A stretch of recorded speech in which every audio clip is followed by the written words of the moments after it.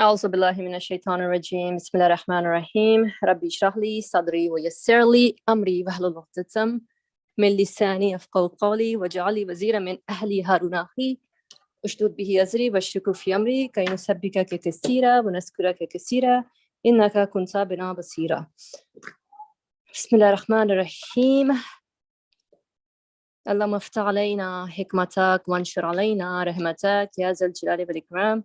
O Lord, open the doors of wisdom and mercy and shower your blessings upon us. Amen. بسم الله الرحمن الرحيم. ربنا آتنا في الدنيا حسنة وفي الآخرة حسنة وقنا عذاب النار. O Lord, provide us the goodness of this world and that which this world points to, and protect us from falsehood or misguidance. Ameen. وصلى اللهم على محمد وعلى آله وصحبه أجمعين والحمد لله رب العالمين. Ameen. Assalamu alaikum, everyone. Happy Saturday. Inshallah, everyone is doing well. Thank you for your patience with the setup. So today we will jump into the fourth ray and exploring of what does it mean to have a point of support in our existence here. So pretty much checking in on our state of being as far as the experiences we go through, which is really every moment. We interact with even our thoughts, feeling, emotions, and people around us are just a means to help us read the book of creation. And so while we're reading this book of creation, there's this need of this dire need of connecting with something that can give me comfort, something that can give me eternal pleasure, eternal satisfaction, eternal happiness in what I go through in my life, which really is experiencing the universe, or some of us may refer it to as existence. Doesn't matter, but what matters is that you and I are in sync with our state of being, and all of us at every moment we may be having a different type of cloud on top of our head, but at the end of the day, in our essence, we all desire ultimately the same thing: to have a permanent point of support, which clearly this universe does not offer. Clearly, your friends, family, siblings, spouse, children don't offer. However, everything that we interact with in this existence is a means for us to taste what we like and that which we dislike. So we definitely dislike transience, and there's just no denying in that. There's no research to be done on that, but what we like is just comfort, peace, joy, love, and all that,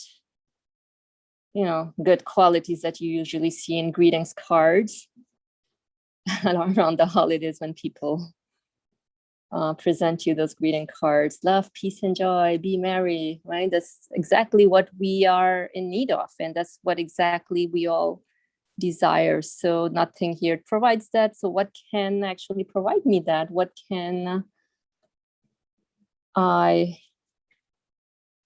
rely on pretty much. And so with all this, I look into my existence. I look into, yes, I'm a book, I'm reading it, but boy, if I am created like a book, I must have an author. And it seems that me, the reader, and the author are connected very closely. So definitely, I think I need to connect my being to its source of origin. Otherwise, there's no, what do you say, security for me from this universe. There's no salvation from me from this universe. There's no comfort or joy. Temporarily, yeah, here and there. When we are 21 years old, I remember life was all about partying every weekend. That's it. All booked. Saturday, Sunday, Monday, hangover at work. But pretty much we go on living like this, and suddenly you wake up. You're like, what? What happened? A decade has gone by. And you really question all of this. Some of us may experience different chapters in their lives, but at the end of the day, we're still human. And we have these ingredients that yearn for the meaning and purpose of this existence, because really things can get very overwhelming. Even if I'm not like digging deep into it, I may be busy. Let me, drop my son to soccer game. Let me drop my daughter to tennis practice, and then let me meet up with some girlfriends and, things of that nature. But really, I think at the end of the day, am I just here for all this? What does all this point to? So inshallah, what our companion and friend Nursi is helping us is really see and apply his understanding and reflection of having a point of succor, a point of peace, because that's the only way that human beings can live a satisfactory and joyful, meaningful life. Otherwise, if I'm here Monday to Friday, 13 going on 30, I don't know how many of you have seen that movie, but it used to be one of my favorite ones to watch once in a while. But you're like, wait, and then 30 going on 60, 60 going on 80, 90, you can prolong maybe 100, like, and then what, right? So inshallah, we should all check in our state of being status. Inshallah, people listening out there on YouTube, I hope everyone can benefit something. I know participants here are, mashallah, pretty in tune with being consistent with the sharing of this author. But inshallah, we should all apply the case to our existence and, make it meaningful and then pay attention to, at the end of the day, what really matters. So with that little brief recap on the fourth way, which is about the words Bismillahir-Rahmanir-Rahim, Hasbunallahu wa ni'mal wakeel. For us, God suffices. He's the best disposer of affairs. Nursi walked us through a couple of degrees of understanding it, where it really started off from how things are passing by, things come and go. We see that very obvious display of that in the universe, very obvious display of that within ourselves as well. And, you know, some of the sentences that were striking were, when life's reality is this, its value increases 1,000-fold, and 1 hour of it gains the significance of a lifetime. So I think it's all about making our moments meaningful for us in terms of where I gather and extract something that is essential to my day-to-day here. Inshallah. So let's begin on page 86, the bottom.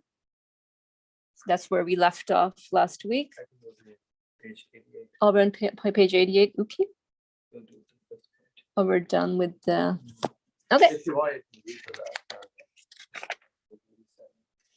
I think we can read that. Inshallah, it doesn't hurt. Yeah, to be honest, nobody's in a hurry. So let's do that. And what's interesting is, like, you read something a week later, you're like, wait, what? What does it mean? Says things have layers and layers of meaning to it. So inshallah, let's start it. Hopefully, inshallah, there's no objection from anyone. I'm just gonna scan the room just to see. I think people are good. So we can begin from the bottom of page 86. Oh, your thing is, are you serious? Let me check. Check. These are examples we went through. Okay, so we'll go with the bottom of because I don't really recall anything from what we. Whatever you were speaking about in terms of the examples, whatever you're experiencing in life in this universe. Let's start with all these examples on how we can connect it to Hasbunallah wa ni'mal wakeel.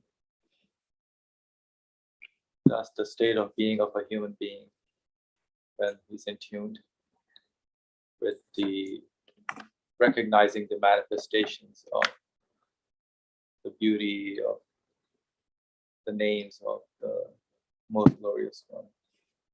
Is that state you were mentioning about, that peace and being in peace and harmony and within, in a glad tidings and good mood. Okay. Yes, So all right, Bismillah, thank you. So everyone who's listening in, we are reading from page 87 of the fourth ray, the bottom paragraph. Thus, by analogy with these examples, each of the divine names has a sacred beauty particular to it, a single manifestation of which makes beautiful the vast world and innumerable species of beings. You may see the manifestation of a name's beauty in a single flower. Wow, that's just like profound. You may see the manifestation of a name's beauty in a single flower, just like even a tiny flowers, you know, like how the ones that grow on the grass. I don't recall how you call them, but it doesn't matter. The spring is also a flower. Paradise is a flower, yet unseen. Because there's this communication happening when we're looking at beautiful artifacts, creation, and obviously there's this appreciation of not only the object, the flower, but also you're like, dang, who's like the owner of this flower? Who's the author of this flower? And so pretty much everything then per the author. Again, I'm just sharing out what I am grasping from his words here. He's saying paradise is also like a flower, yet unseen. Because, you know, with all these experiences, you say, I like this, I enjoy this, this is really of my liking, and just this moment, just freeze it. if I can just freeze this beautiful moment and you know, that everything is just moving in constant motion. So there's no way I can freeze it, but definitely whatever feelings are imparted on to me, like the sense of memory, the sensual side, and all the human experience, which really we can't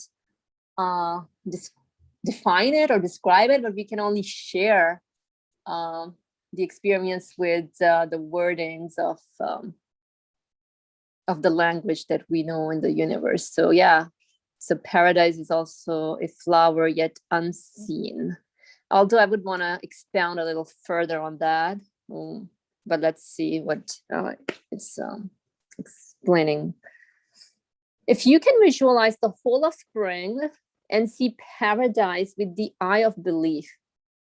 Okay, so I think everything has to do with my perception of how I'm interpreting creation, the way I'm extracting meaning, because we all extract meaning, but then like if I'm just extracting meaning for just for the sake of it, just to live and die here and die a happy person, then I don't think so. I'm doing any, I think I'm doing, yeah, I'm not doing any service to my being, because my being knows exactly what it wants. So if I can visualize the whole of spring and see paradise with the eye of belief, I may understand the utter majesty of everlasting beauty. So yeah, you know how we always say creation points to its creator. And then if we grasp this whole concept of creatorship, where the logical conclusion is like, yeah, the creator must be absolute. And so what does that mean? How do I acknowledge further this creatorship in my life? So I think that I may understand that what I conclude to be absolute is really something that must be eternal. And so the qualities here points to an everlasting beauty as well. If you respond to that beauty with the beauty of belief and worship, you will be a most beautiful creature. If you respond to that beauty with the beauty of belief and worship, you will be a most beautiful creature. Walaikum assalam.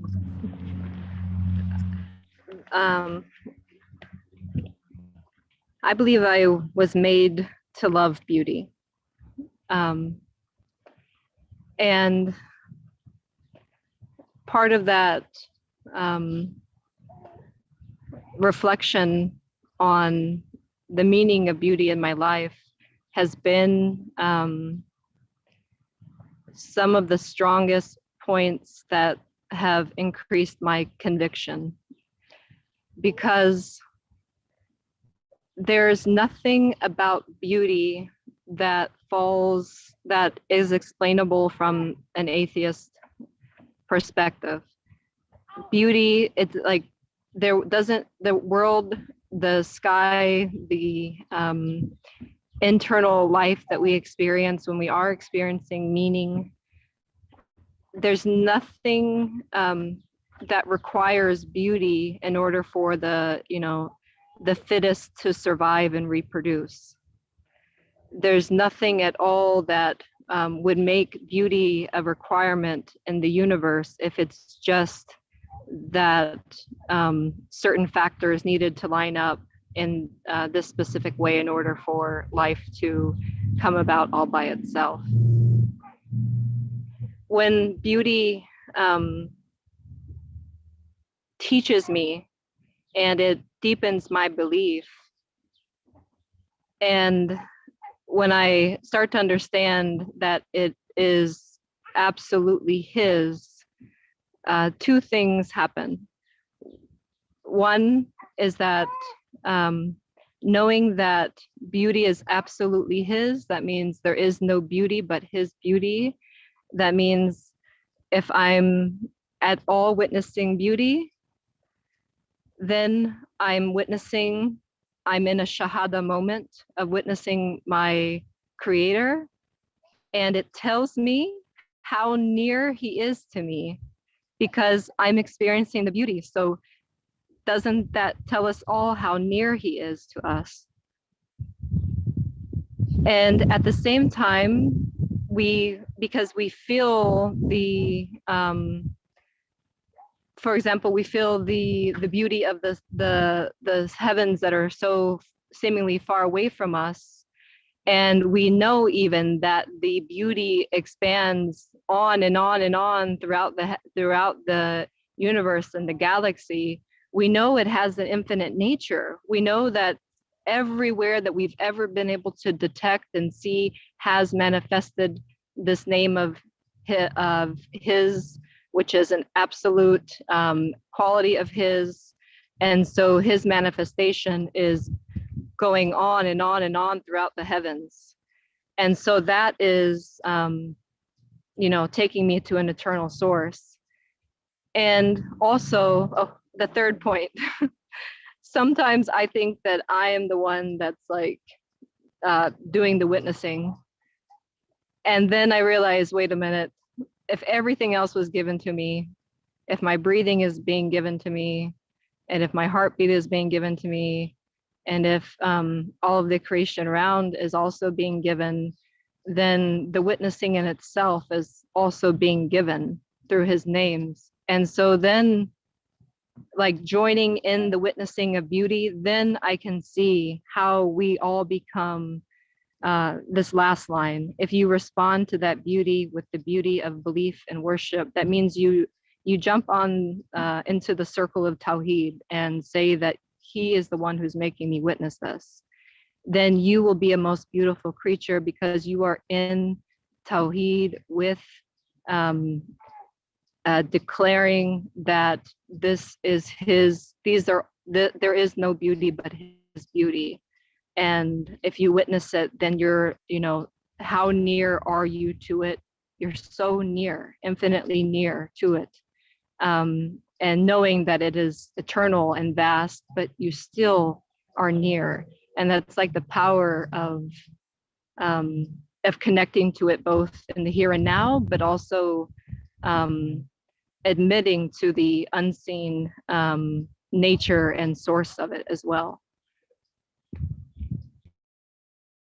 Thank you.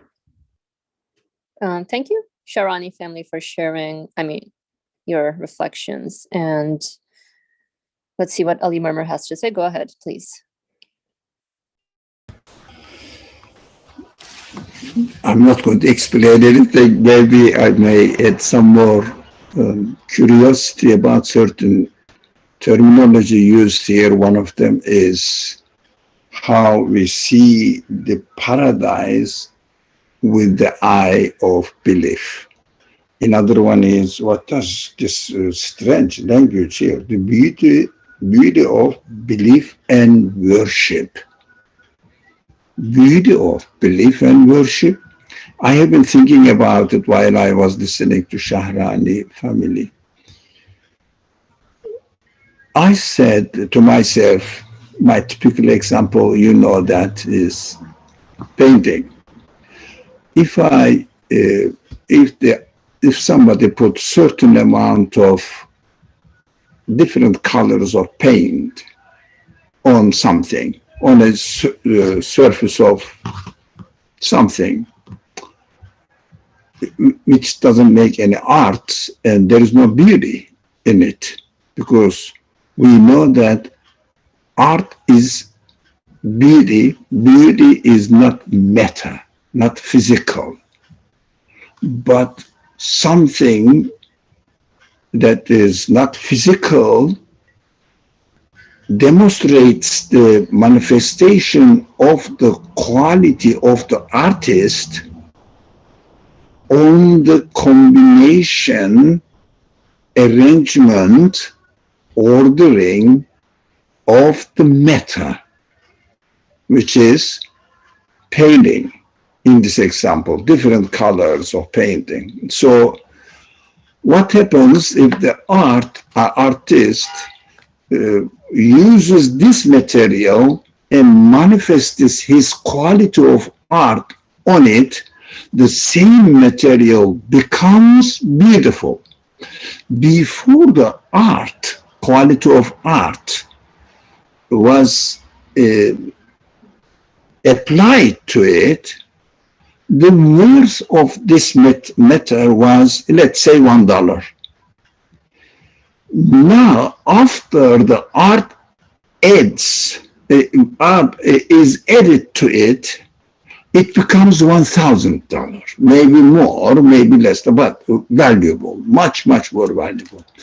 Why? Because the art made the combination of this beautiful.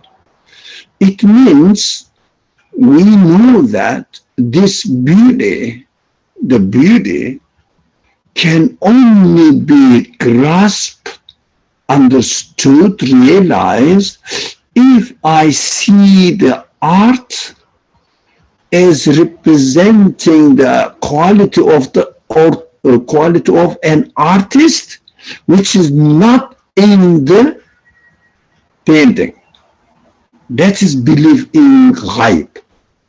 That's what the paradise is, where the quality of the artist is manifested, and it is at its pinnacle level, highest level that we can observe. Actually, I mean, according to our capacity, it is highest. It was, if it was higher than this, we wouldn't be able to understand it. That's why the highest means not according to the capacity of the artist, but according to the capacity of the beholders, observers.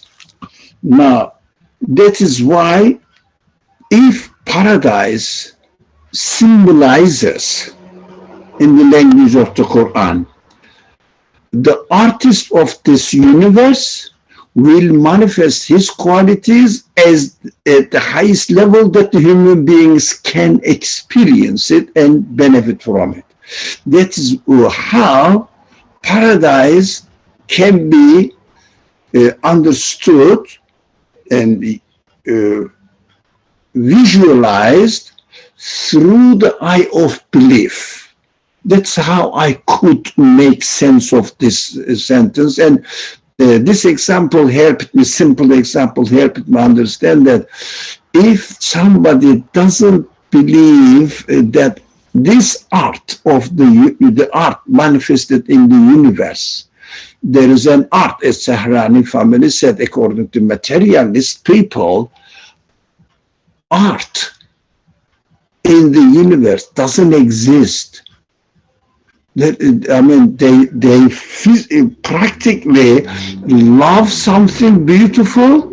They make decorations for their parties or their houses, their, I don't know, makeup, their clothes. They love it. But when it comes to analyzing the creation or existence, they deny beauty. This is their contradiction. That is their handicap, actually. Poor people, we have to be sorry for them. This kind of world they lived, full of contradiction. May Allah save them and give them guidance. I'm sorry for them. They live a horrible life, actually, full of contradiction. They love beauty, they deny beauty in creation. We look at this obvious contradiction. Anyways, now that is their problem. They cannot see the art, therefore they cannot see the artist. Consequently, they cannot see the qualities of the artist, which must manifest highest level possible for human beings to observe. That is paradise. Of course, if they don't have belief in the source of existence of this universe, they wouldn't see paradise. And the other way around thinking, the vice versa of this thinking, also paradise can only be visualized by belief and by believer, for that matter. So how about beauty of belief and worship? Now, human beings, go back to my, I am reflecting on it now, go back to my body of the painting, which is paint. Now, my body is like the paint of this example.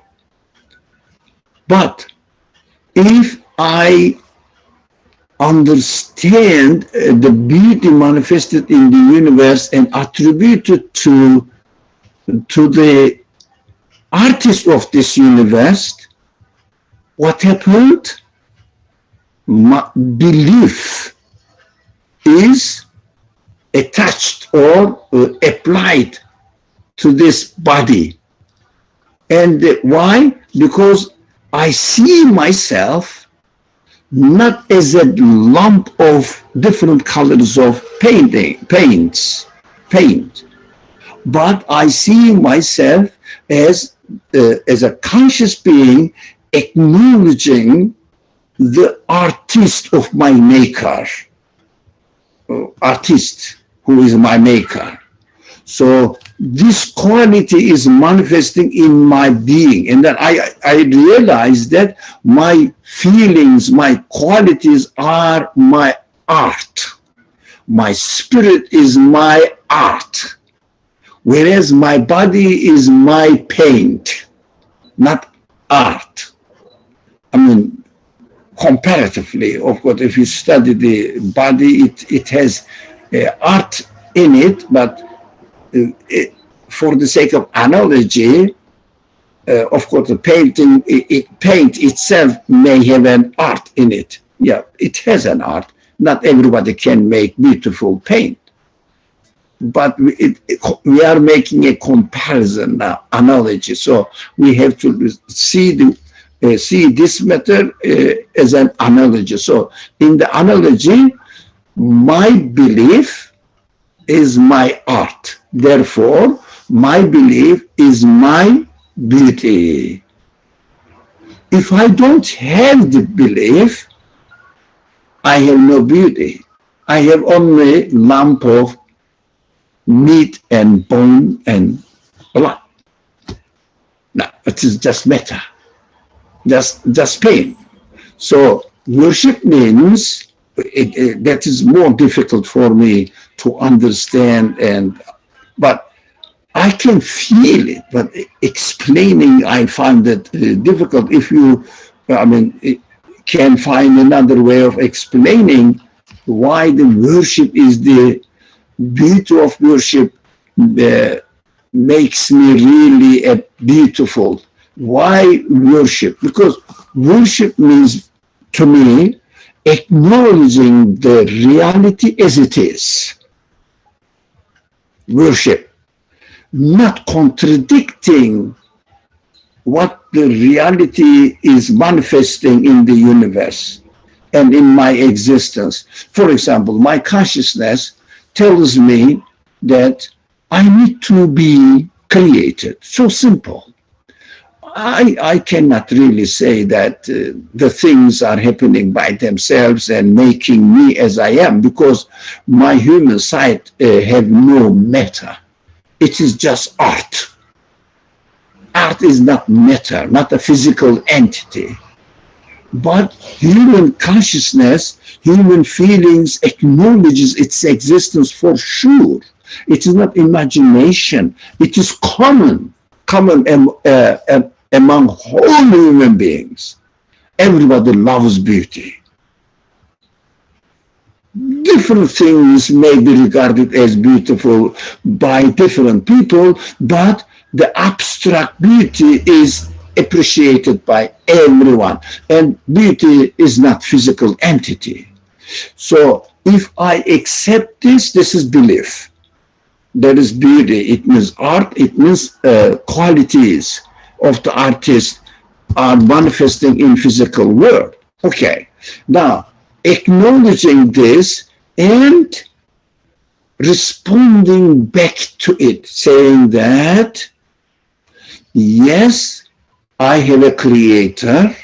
Yes, my creator has given me such and such and such and such qualities, human qualities. It means arts attached to my physical being, made my existence as a piece of art, and maybe the very, very beautiful piece of art. I acknowledge it and respond back saying, yes, I am seeing, but this is a gift from my artist. I am hearing, but this is a gift from my artist. I am thinking, speaking, or having excitements and fear and anxiety, whatever. These are the qualities of my artist, my maker, my creator. Responding back, and also my consciousness expands this view universe-wide. Why? Yes, in my existence, these are the qualities manifested in me. In the existence of other beings also are manifested various different kinds of art. It means Iman. It means believe in the artist of this universe. So I say the sun is also representing the qualities of the artist, responding back. I'm responding back. The moon, the galaxies, the clouds, the air, the rain, the snow, and the heat, cold, stones, and animals, plants, other human beings, they are all bringing the news about the qualities of the artist, and my consciousness is attached to them and responding back. Yeah, I see the beautiful thing there, whatever the quality it has, that beauty, or I don't know, strong, maybe a huge, big, small, clever. Now I see a pigeon flying now in front through my window, beautifully balancing itself. Oh, really, it is beautiful. So I would like to be like you, like that one. No, I can't. Look at this, how clever they are. So they are playing with their friends. That is love among them, friendship among them. Oh, they are all qualities, or the qualities of the artist. If I acknowledge and also respond back, oh, my creator, you are the creator of those pigeons playing there, enjoying their existence. Look, I'm worshiping him. Responding back. We should never forget that worship is responding back. Acknowledging the truth, responding back to the truth. That is my beauty. Otherwise, my flesh is going to die. It's already dying. I see lots of things are going on in my body, getting ready to rot. So really, we have to appreciate the beauty of belief and worship. Only worship that we gain virtue. Without worship, whatever we do, it is just a waste of time. Really, thank you very much. Any action we do must be accompanied with the act of worship, so that the life will be worth living. Otherwise, waste of time. At the end, you go back and say, oh, but I lived 70 years and there is nothing left with me. Everything is gone. And I am experiencing the pain of loss. I get this, I got this, and everything is gone now. And that is just a source of pain rather than pleasure. So only worship makes life pleasurable. Alhamdulillah. Thank you. Alhamdulillah. Jazakallah khair, Brother Ali, for sharing your reflections. this whole notion of belief and worship are so interlinked. It's really my reading of creation, how I interpret something, where I acknowledge the source of existence of it, and that's really a response. That's like the duty of a human being. It's almost like two sides of the same coin, belief and worship. So I know they may seem like technical words, at least for me. You know, this whole belief, especially, seems like a very technical word because, again, I don't have any religious background growing up. So the way I like to approach the understanding is really experiencing the universe, and just the way Brother Ali was sharing his real-time experience of just communicating with the pigeon out there. That's it. That's how we ought to be. That's following the order in creation. And obviously we there's some feelings imparted, we react internally like, wow, amazing, and then at the same time we gotta respond as well and acknowledge the source of existence of it. So jazakallah khair for this. Just checking in to see if any other queries from anyone, comments or expressions. I think alhamdulillah this was pretty good. So let's just finish up the, I guess, the fourth point on the next page, page 88.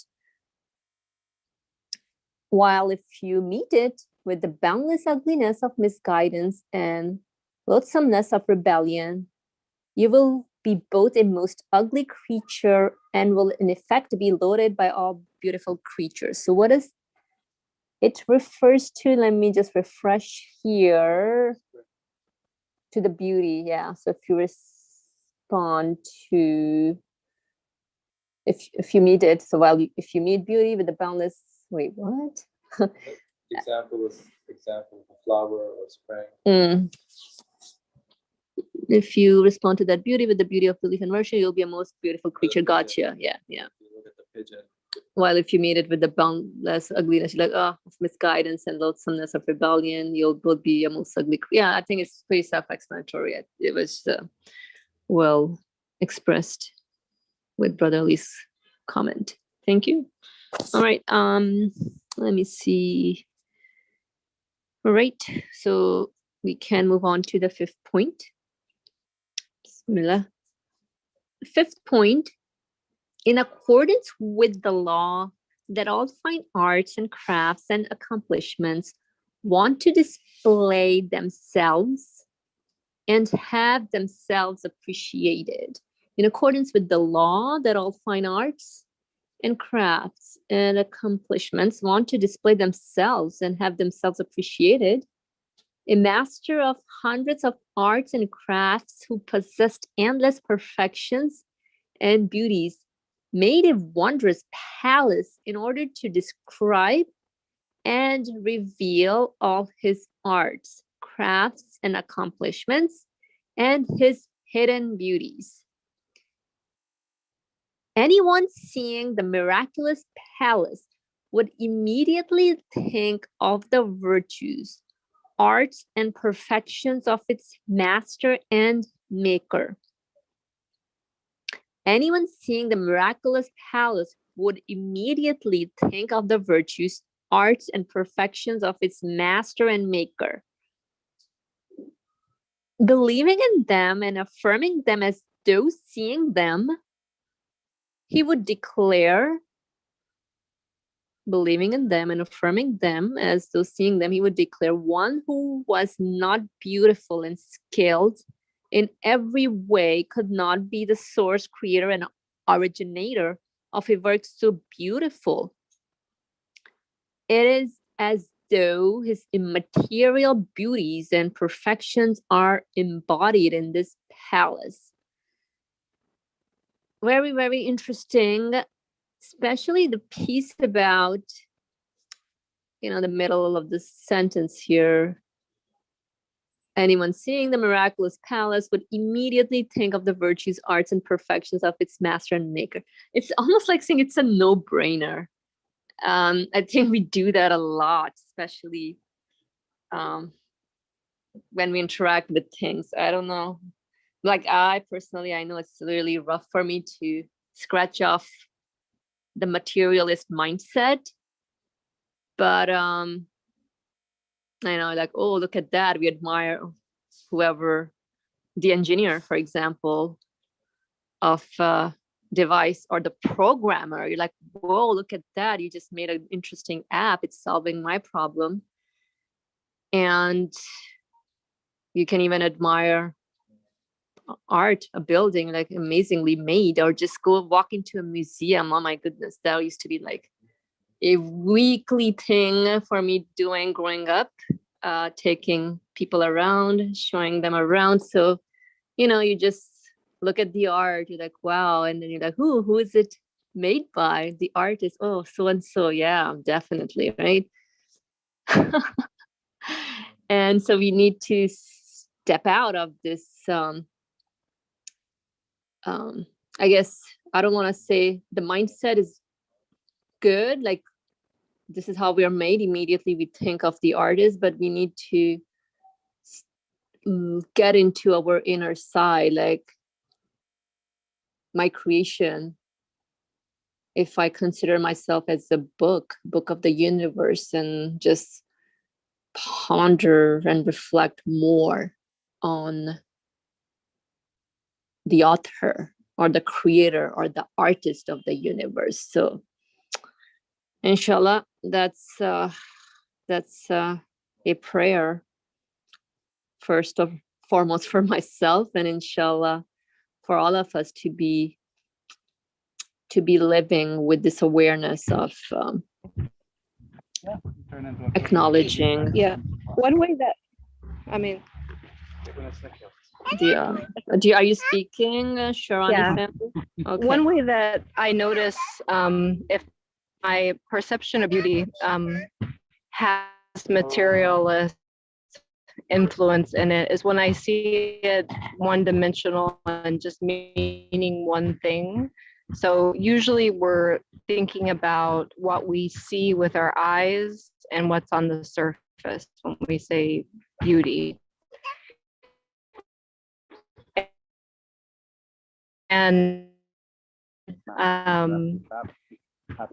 that is, though, think of the hadith, for example. Truly the Prophet ﷺ was beautiful. Are they asking, or is it suggesting that he was physically beautiful only, or is it pointing to his inner reality, his character, his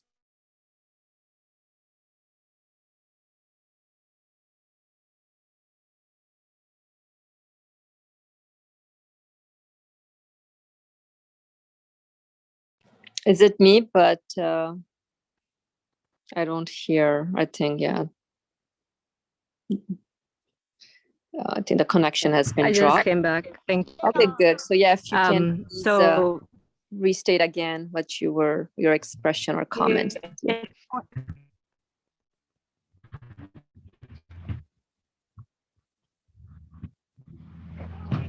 don't scrape it like that. When I notice one-dimensional thinking of the definition of beauty in my own mind, it's usually related to what I can see on the surface.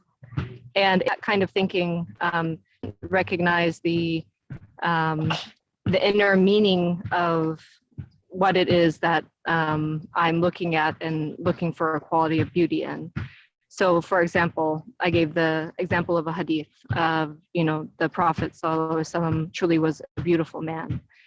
Does this matter that, maybe on the outside there were beautiful features, but this is clearly pointing to far more in depth of beauty than what people could see with their eyes. It was his virtues, inner virtues, his behaviors, and ultimately the relationship that he had with his Lord. And so it's good to always, sometimes when I hear this, that you have to know that the artist is beautiful because you can see that the painting is beautiful. If I have one-dimensional thinking of it's just the outside that I see with my eyes that's beautiful, it's not necessarily a requirement that the artist be beautiful just because his painting is beautiful.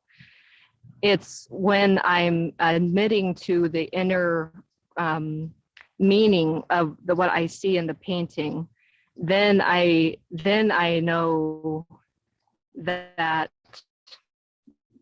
yes, what is, and when I take beauty beyond one dimension to have infinite dimensions and qualities, that then yes, the artist absolutely must be beautiful. And there's multiple senses that are used in perceiving the beauty. It's not just the eye nor the ear. It's all of the senses and all of the faculties of existence that were given, even the ability to experience belief, and how beautiful that is, that we're being made to experience belief and made to experience witnessing. Then like when that in itself is attributed to the creator, and that in itself becomes a evidence of beauty, then like it's like, wow, this creator is truly beautiful. Look how much just look how much meaning he gave to this existence and put all of his traces into it. And then you know that you're not thinking about one-dimensional beauty, you're talking about something far more profound, and then you can truly attest to, yes, the art is beautiful. It's from the one who owns it, the beautiful artist. Thank you for your comment. Let's just finish up this paragraph here. In exactly the same way, so long as his mind and heart are not corrupted, one who sees the exhibition of wonders and beauties of the magnificent palace of this world, that is, the universe, will realize that the palace is a mirror decorated the way it is in order to show the beauties and perfections of another. Yes, since there is nothing similar to the palace of the world from which its beauties could have been imitated and copied. Since there's nothing similar to the palace of the world from which its beauties could have been imitated and copied, certainly its maker possesses the necessary beauties in himself and in his names. It is from these that the universe is derived, and according to them that it was made. It was written like a book in order to express his beauties and names. This is interesting. The first piece is really drawing our attention that the way the universe is made is really for conscious observers like you and I to wonder about its provider, because it's just, I mean, things are there that can be, we cannot say anything that here anything is meaningless now, because there is definitely meaning in everything. I may admire a flower, taking the example of the author, but I'm still doing something. But again, the next day, maybe I may admire the flower and then wonder about the maker of the flower. So again, and here I'm trying to step up one level up, and then from here on, we can pretty much apply the case to ourselves as well, and And I think it's also a good reminder to know that things are a book. Like, I'm not gonna judge a book by its cover. The way we get attracted to anything is really through the meaning that it conveys. And that's pretty much it for all of us. It's pretty much it with how we interact with creation also. There's also this first level of experiencing something, and then we wonder about it, we question. So we just should bring in mind that we're living in this life book of the universe, and all of us are character in it. Although I know we are at time, but for next time we can expound a little further on the second last piece of this fifth point, inshallah. But if anyone wanna just briefly say something in a minute or so, go ahead. The floor is yours. If not, then let's not rush. Let's try to digest what has been shared. I'll just give in 5 seconds. All right, wonderful. So inshallah, next Saturday, we will continue from the highlighted piece here, because I was wondering about a few things here as far as maybe it's just the wordings. We'll just start from there.